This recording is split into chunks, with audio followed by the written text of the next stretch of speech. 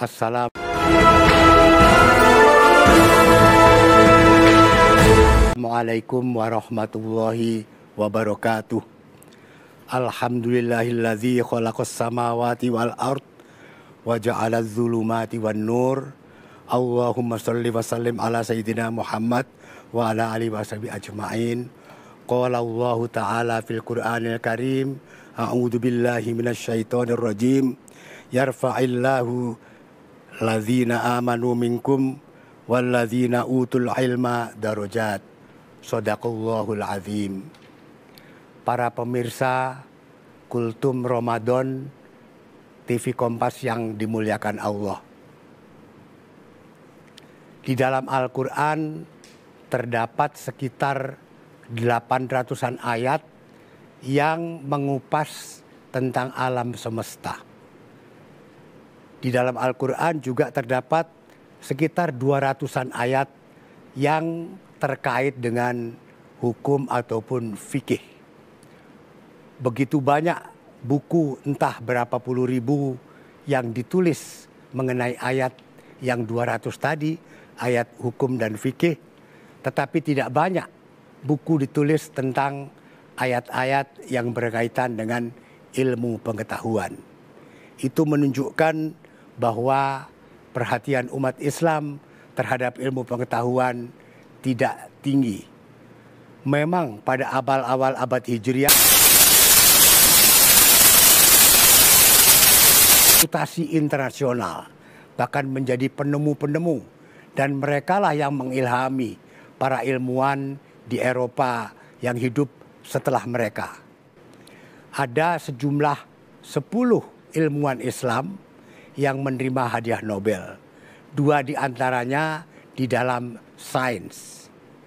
Dan sekarang kita pun melihat bahwa banyak ilmuwan barat yang mempelajari Al-Quran. Dan mereka menemukan bahwa banyak penemuan-penemuan ilmiah telah ada di dalam Quran yang turun sekian abad yang lalu. Ini kemudian membuat banyak ilmuwan barat yang tertarik mempelajari Al-Quran bukan dalam masalah akidah ataupun masalah hukum, tetapi ingin mencari isyarat-isyarat untuk dapat memecahkan ilmu pengetahuan supaya mereka bisa memperoleh penemuan-penemuan yang baru dan kalau beruntung mendapatkan hadiah Nobel. Nah, di sini kita melihat bahwa kita umat Islam wajib untuk juga mempelajari ilmu pengetahuan yang kita kenal sebagai sains dan teknologi.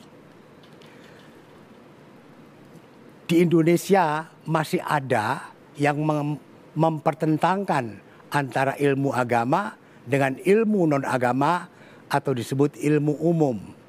Bahkan masih ada yang mengatakan bahwa ilmu agama adalah ilmu akhirat dan ilmu umum adalah ilmu dunia. Menurut saya, semua ilmu berasal dari Allah dan tidak ada sifat duniawi ataupun ukhrawi.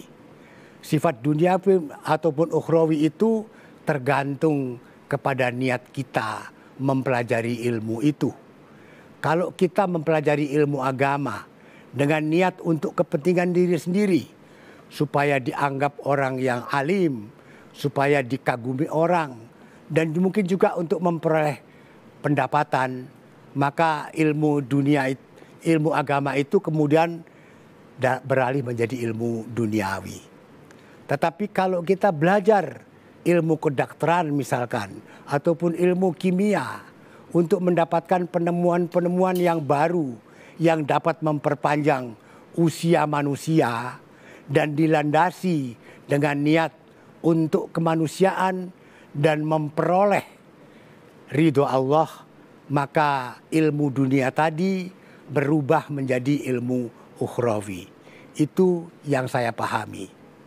Para pemirsa, kita bergembira bahwa pendidikan sekolah-sekolah Islam di Indonesia selama beberapa puluh tahun terakhir telah mencapai kemajuan yang pesat. Madrasah-madrasah pun sudah banyak yang mencapai prestasi yang mengembirakan, bahkan ada yang sudah mencapai prestasi dikirim untuk mengikuti olimpiade di luar negeri. Kita ingin ke depannya tidak ada lagi dikotomi antara ilmu agama dengan ilmu pengetahuan umum. Kedua-duanya perlu kita pelajari. Karena kalau tidak, kita tidak akan bisa mengejar ketertinggalan kita. Kita tertinggal banyak sekali, mungkin puluhan tahun dibanding negara-negara lain. Oleh karena itu, tidak ada pilihan lain bagi kita kecuali meningkatkan perhatian kita, meningkatkan keseriusan kita untuk mempelajari ilmu, baik ilmu agama maupun ilmu pengetahuan umum, sains maupun teknologi. Alhamdulillah, kita bersyukur bahwa anggaran untuk pendidikan makin hari makin banyak. Mudah-mudahan ke depannya kita bisa memperbaiki kondisi ini. Demikian, terima kasih.